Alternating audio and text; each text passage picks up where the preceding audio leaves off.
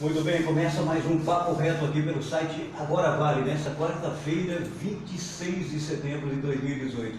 Hoje, o Agora Vale recebe o Igor Cauê, ele é candidato a deputado federal pelo PSOL. Igor, boa tarde, seja bem-vindo ao Agora Vale. Muito boa tarde, Agora Vale, a todos os ouvintes. É importante sempre um espaço democrático de participação e esse é o momento de nós conversarmos sobre um pouco de política nacional e principalmente das candidaturas de juventude para deputado federal, em especial a minha e as minhas propostas. Igor, vamos falar então inicialmente aí do seu perfil. Você é nascido em Pindamonhangaba, mas tem a sua vida toda em Taubaté, é isso mesmo? Isso mesmo, eu nasci em Pindamonhangaba, mas moro e cresci em Taubaté, desenvolvo meus trabalhos de atuação na região metropolitana do Vale do Paraíba, mas com fruto muito da experiência de ter vivido e crescido em Taubaté. Eu me tornei lá com 12 anos de idade presidente do Grêmio Estudantil, depois fui jovem embaixador brasileiro com 16 anos de idade, fui discutir sustentabilidade na Rio+20 no Congresso da ONU, na Cúpula dos Povos, me tornei conselheiro municipal de educação, o mais jovem a enfrentar as questões problemáticas da saúde pública e também da educação pública, especialmente a questão do merenda escolar. Depois fui jovem dentro do Conselho Municipal de Cultura mais bem votado e hoje também estou presidente do Conselho da Criança e Adolescente de Taubaté. Mas já tive outras funções, como presidente do Conselho do Fórum Permanente de Juventude, já estive também como delegado estadual dos Direitos Humanos da Criança e Adolescente, enfim, são várias participações. Ao todo, se somam 10 anos de vida pública. Iniciei com 12 anos de idade e hoje, aos 22 anos de idade, sou mais jovem a disputar a eleição para deputado federal pelo estado de São Paulo. Como você vê na atualidade o desenvolvimento da sua cidade de Taubaté? Você acha que a gestão atual está atendendo a maioria das necessidades da população? Ou você acha que ainda falta muito, ainda deixa a desejar em alguns setores? É evidente que quando se fala de desenvolvimento da cidade, a gente tem que levar em consideração não só o desenvolvimento econômico. E eu acredito e tenho refletido sobre a necessidade de nós pautarmos as discussões sobre o desenvolvimento humano e social.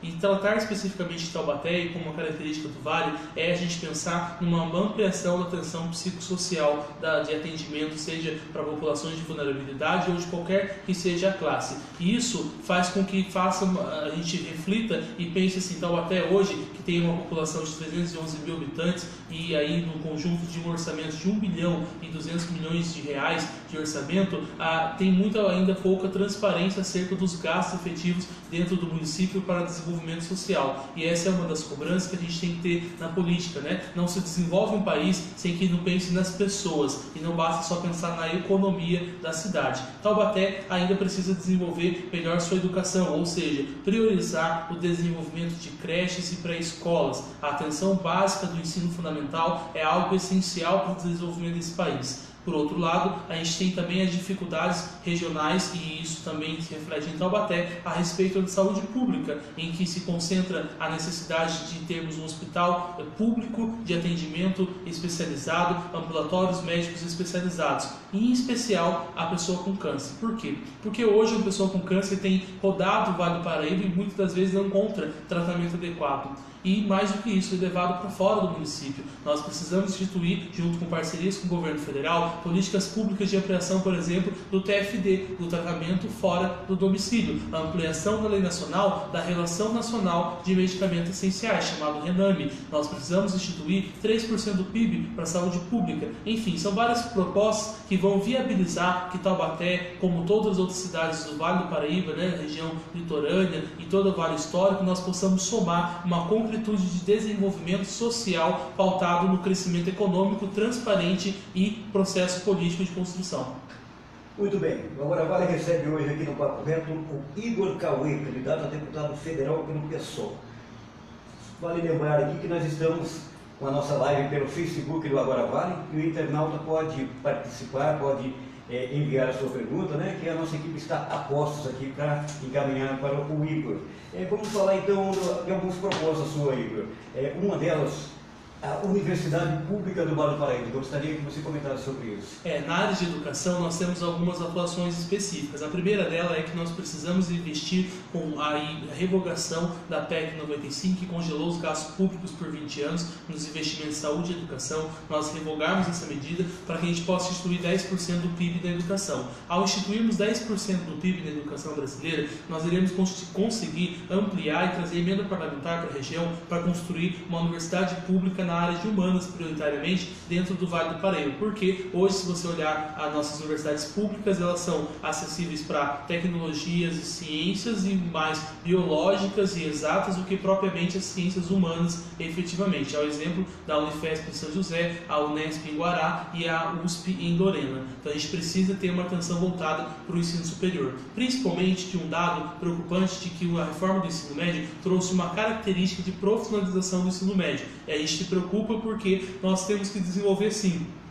a perspectiva de construirmos um país em que o jovem tenha a possibilidade de cursar um nível superior e, mais do que isso, desenvolver a sua vida com pesquisa acadêmica também. E a área de humanas é essencial nesse processo. Por outro lado, quando a gente fala de instituir 10% do PIB para a educação, nós iremos permitir construir o custo-qualidade de aluno inicial para transformar o Fundo Nacional de Desenvolvimento da Educação, do Fundeb, em fundo permanente de investimento, para que a gente possa ter diretamente no ensino fundamental, na creche e na pré-escola dos municípios, no ensino fundamental do ciclo 1 e ciclo 2, evidentemente uma ampliação no número de acesso aos alunos, diminuição da sala de aula de número de pessoas e aumento de oferta de emprego para professores em contratações diretas pelas prefeituras municipais. Mas a política do Estado também. Hoje é preciso cuidar do ensino médio. E cuidar do ensino médio significa dizer que um aluno precisa receber bolsa auxílio para que ele possa ter mais atrativo e estar mais correspondente setorialmente a sua educação com a sua realidade.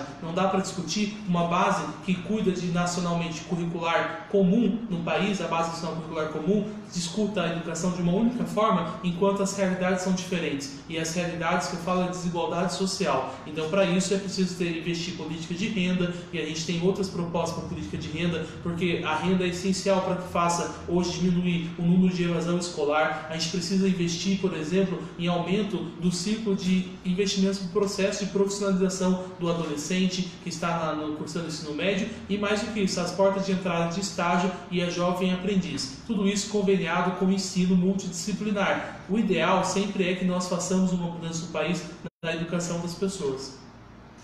Você, Igor, é o mais novo candidato aí do Brasil. Você sabe que vai encontrar aí um ciclo vicioso montado aí por aqueles que não querem largar o osso, vamos dizer assim, né? Você está preparado para isso? Sim, eu sempre digo que é preciso enfrentar sem medo de mudar o Brasil, sem medo de enfrentar a velha política. Por isso, eu me dediquei a estudar, me preparei, tenho vivência em vida pública para se tornar o candidato a deputado federal mais jovem desse país e assumir sim a cadeira e a responsabilidade de dialogar um mandato popular com as pessoas. É claro que, evidentemente, enfrentamos um país em que 512 deputados, a grande maior parte está reeleita pelo terceiro mandato. É momento da gente renovar com qualidade. E isso significa dizer que nós iremos ocupar os espaços de poder e decisão com juventude. É momento de o Brasil passar a caminhar, discutir pautas de política pública e parar muitas das vezes de falar só de bandeiras partidárias. É momento de sim, nós nos unirmos para aquilo que é bom para o país. Um presidente não governa sozinho e é nossa responsabilidade, na qualidade de deputado federal, de atender às demandas do povo. E mais do que isso, é começar a dar exemplo. Por isso eu peço sempre às pessoas que leiam nossas propostas, porque dentre elas está relacionado um único mandato, porque eu acredito que político não tem que ficar se reelegendo e nós temos que acabar com a profissionalização da política. E mais do que isso, redução de salários de deputados, é tornar moral a política, é fazermos redução de cargos comissionados, reestruturação do Congresso Nacional, reestruturação do número de deputados. É preciso ter coragem para fazer isso, e a coragem vem como a soma de uma experiência e vivência e a energia que a juventude vai passar a discutir o país como a gente quer. Você tem um tema também que você pretende levar para a Câmara Federal, que seria a moratória de 1 ano para as dívidas do FIES.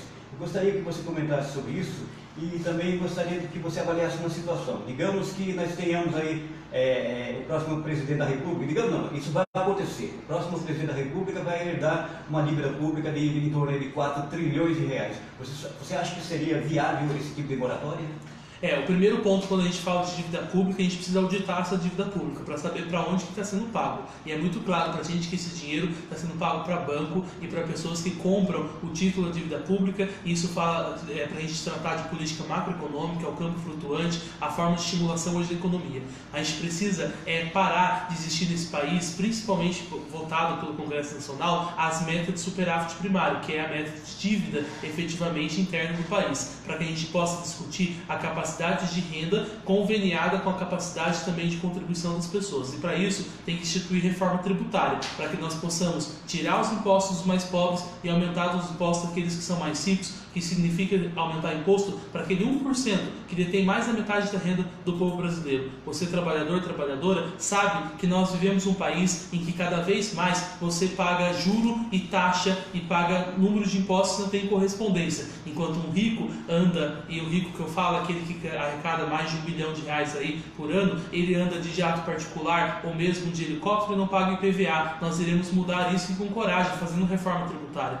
A gente tem que discutir essa questão a respeito da moratória de 1 ano do financiamento estudantil do FIES, porque nossas universidades hoje, na sua grande maioria, não são públicas, são privadas, ou autarquias municipais ou estaduais. E essas universidades, as pessoas que lá conseguem estudar, muitas das vezes que vêm da escola pública, conseguem o financiamento estudantil. Mas quando conseguem, elas pensam que depois que sai 1 ano e meio tem que pagar. E esse ato de sair da universidade e não conseguir emprego, e aí você logicamente vai ficar endividado. É momento da gente instituir moratória de 1 ano, porque educação não é mercadoria, é direito das pessoas. E educação, por não ser mercadoria, evidentemente, nós precisamos garantir esse direito a uma moratória de 1 ano para que o aluno que saiu da universidade, que ainda não arrumou emprego, ele tenha ainda mais chances de arrumar um trabalho e efetivamente pagar. Não dá para admitir um país que quer cobrar de um jovem que quer se desenvolver. Nós temos que cobrar daqueles que estão sugando o nosso poder, que são infelizmente grandes empresários, o agronegócio, não aqui pequeno agricultor, mas os grandes empresários que estão dominados na classe política brasileira e os banqueiros, porque o país paga 600 bilhões de reais por ano em desoneração fiscal, em refinanciamento de investimento fiscal, e a gente tem que auditar tudo isso para com coragem nós investirmos na educação brasileira. Igor, recebemos aqui uma pergunta do internauta, ele pergunta o seguinte: o que você acha do crescimento do pessoal da região, na região? Eu até acrescento aqui que nós temos recebido aqui como convidados da chamada esquerda, área da esquerda, mais candidatos do PSOL do que em outras, né, de outros partidos que são ligados ao setor da esquerda. E eu gostaria que você comentasse então sobre isso, essa pergunta do internauta. Eu agradeço a pergunta, não sei o nome da pessoa, mas agradeço de qualquer forma a pergunta. É muito importante a gente fortalecer a ideia de que os partidos eles têm que trazer representatividade para as pessoas e representatividade de compatibilidade ideológica. E quando nós tratamos de crescimento do partido, especificamente do PSOL, significa que há uma nova geração se criando de pessoas dentro de partido. Nós vivemos um país que se concentra grandes partidos no poder e que se sucedem entre si e geralmente são familiares entre si, amigos entre si e nada muda. É preciso fazer com que o pessoal, como o pessoal faz, dar oportunidade para a juventude, porque nós temos pauta sim de plano de construção para esse país. O partido está crescendo na região, sabe por quê? Porque as velhas políticas do PSDB, do PMDB, do PT, de outros partidos grandes já não correspondem mais à ansiedade do povo e, mais do que isso, sufocam as lideranças. Talvez os maiores erros que existem nos grandes partidos estão em sufocar as novas lideranças. É a falta de capacidade de diálogo além das bandeiras partidárias. É nós discutirmos as políticas públicas e por isso tem muita clareza e liberdade de falar que hoje eu estou no PSOL, mas eu tenho a clareza de ter minhas posições, porque me preparei, estudei para ser deputado federal e discutir as pautas da política pública. Você acha que o PSOL é mais fiel na sua agenda partidária com essa questão de políticas públicas? Ele é bem mais próximo hoje da população do que o PT já foi? Sim, nós falamos de PSOL, quando fala de esquerda e atuação do PSOL, é importante lembrar que nós não temos nenhum deputado, nenhum político do PSOL envolvido em nenhuma investigação nesse país. E isso significa dizer que é um partido que tem moralidade para discutir com as pessoas projetos diferentes. O segundo ponto, que é o partido que aglutina a capacidade de aglutinação dos movimentos sociais. É as mulheres, é a negritude, é os indígenas, é os LGBTs, é a população de vulnerabilidade social, é a população que está presa, qualquer outra população que está segregada nesse país em política pública, o pessoal tem capacidade de aglutinar. E mais do que isso, é fidedigna às suas ideologias. O pessoal não faz fisiologismo político de troca de coligação para ter tempo de televisão. E mais do que isso, nós temos clareza de que nós precisamos construir política pública, a gente vai para as ruas. Não temos dinheiro para fazer campanha, mas saímos para a rua para conversar com as pessoas. Porque hoje os grandes partidos vendem marketing político, não vendem clareza para a população e transparência dos seus recursos, transparência das suas propostas e do cumprimento das suas metas. Eu sei que falar nessa cidade, Pinda, ou no estado de São Paulo, que é governado há 18 anos por um único partido em termos de governo do estado, e um país que foi governado por erros do PT também, que é preciso se reconhecer os erros do PT, mas dizer que o pessoal sempre foi oposição do PT, sempre foi oposição do PSDB quando estava no governo. E nós iremos continuar a oposição daqueles projetos que não dialogam com o interesse do povo. E é preciso ter clareza. E nada de radicalismo, sabe o que a gente faz? Dialogando com as pessoas e construindo um mandato popular. Ô Igor, essa pergunta eu tirei aqui da sua própria agenda de proposta, que aliás é bem elaborado, parabéns, viu? Obrigado. Você tem uma proposta de levar para a Câmara, fazer pressão para a abertura dos arquivos da ditadura. A minha pergunta é o seguinte: você faria isso se o próximo presidente da República for alguém da direita, ultraconservador, que tem como ídolo o general Brilhante Ustra? Em razão de termos hoje a possibilidade de, infelizmente, termos um presidenciável que pensa na tortura e pensa na ditadura, eu digo que a gente vai combater tudo isso com a cultura de paz. E a gente faz cultura de paz tendo a seriedade de utilizar de instrumentos jurídicos. É preciso se pautar no Congresso Nacional e, mais do que isso, usar os instrumentos jurídicos do STF através da ação de descumprimento de preceito, da arguição de descumprimento de preceito fundamental da Constituição Federal ou ação direta de inconstitucionalidade, e a gente acabar com a lei de anistia e a gente passar assim a abrir os arquivos da ditadura militar. Porque sabe por quê? É evidente que a gente precisa conhecer a nossa história. Sabe por que as pessoas hoje podem estar defendendo a ditadura? Porque não conhecem, porque nasceram muitas das vezes livres. E você, jovem que defende a ditadura, não tem nem noção do quanto nossos pais, nossos avós lutaram para ter um país de liberdade de expressão, um país de construção das somas que hoje você tem liberdade de transitar, de ter um transporte público por conta dessas lutas. O país que caminha para uma tendência de extrema direita é um país que nos preocupa sim, porque não é lados políticos, mas é as pautas de violência. Não se combate os resultados de um país que não desenvolve seres humanos efetivamente em sociedade com políticas públicas, fazendo violência com essas pessoas. Não é segregando as pessoas. Se você tem essa aversão pela política ou aversão pela necessidade de discutir política pública, é porque certamente você guarda correspondência a uma herança que eu posso chamar aqui de, abre aspas, de maldita da ditadura militar. Sabe por quê? Porque foi lá na ditadura que calaram a voz de um povo que lutava para ter o seu pão, que lutava para trabalhar. E não dá para se admitir nesse país que se coloque como um coronel brilhante, ilustra dentro da sua atuação, coloque ele como um símbolo. Nós temos que ter como símbolo, sabe quem? Paulo Freire, alguém que ensinou, por exemplo, que educação se faz com pluralidade, alguém que tenha clareza que discutir educação nesse país é algo essencial para formar um país que cresce, que desenvolve pesquisa, ciência e tecnologia, que aumenta a atenção psicossocial, e é olhar para a nossa realidade e pensar assim: eu vou votar no fulano chamado Bolsonaro porque ele vai dar arma para o povo, mas eu pergunto, quem tem dinheiro para comprar arma? Faça reflexão e reflita, mas eu não estou aqui para falar de Bolsonaro, estou aqui para falar de pauta de um país que nós iremos construir enquanto juventude, enquanto clareza, porque nós temos projeto para tudo isso. Muito bem, esse é Igor Cauê, candidato a deputado federal pelo PSOL. Igor, infelizmente chegamos aí nos momentos finais do nosso Papo Reto, e eu deixo aqui primeiramente os nossos agradecimentos em nome da equipe do Agora Vale pela sua presença, e deixo esse espaço para você deixar uma mensagem para os seus amigos, internautas, eleitores, né?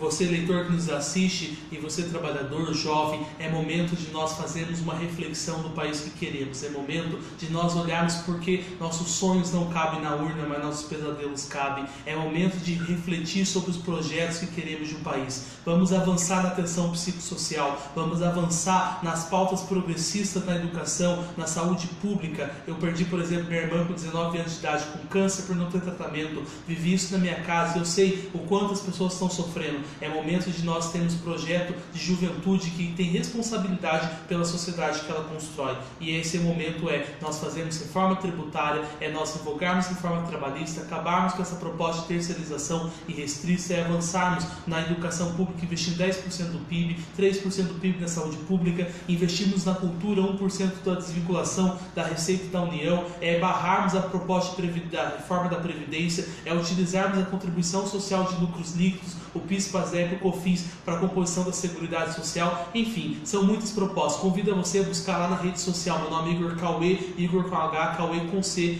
Provavelmente vai estar aí disposto, no site para pessoas terem acesso. É momento de nós refletirmos com juventude e ocuparmos o Congresso com vez e voz daqueles que, mesmo sem dinheiro, mas têm projeto para esse país. Muito obrigado.